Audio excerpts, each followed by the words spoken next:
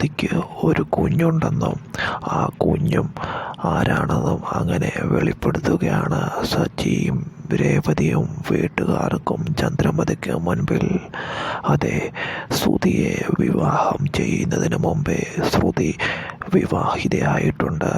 അവൾ കാശുകാരിയല്ല, അവൾക്ക് പ്രായമായ ഒരു കുഞ്ഞുണ്ട്. അവൾ ഇതെല്ലാം മറച്ചു വെച്ചാണ് താൻ വലിയ കാശുകാരിയാണെന്ന് പറഞ്ഞ് നമ്മളെയെല്ലാം ചതിച്ചത്.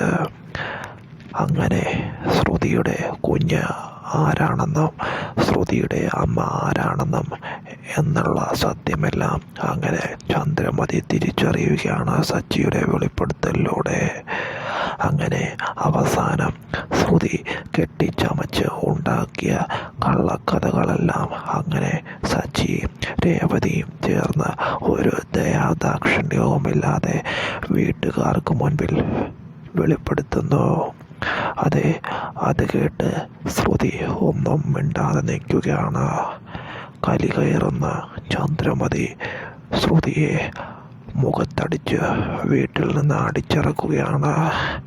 അതുപോലെ തന്നെ ഭർത്താവായ ശ്രുതിക്ക് നേരെ പൊട്ടിത്തെറിച്ചുകൊണ്ട് എൻ്റെ ജീവിതത്തിൽ നിന്ന് ഇറങ്ങിപ്പോടി എന്ന് പറഞ്ഞുകൊണ്ട് ആട്ടിയിറക്കുന്നു. അതെ, ശ്രുതിയുടെ മുഴുവൻ കള്ളത്തരങ്ങളും അങ്ങനെ സച്ചിയും രേവതിയും വെളിച്ചത്ത് കൊണ്ടുവരികയാണ്. ശ്രുതിയോട്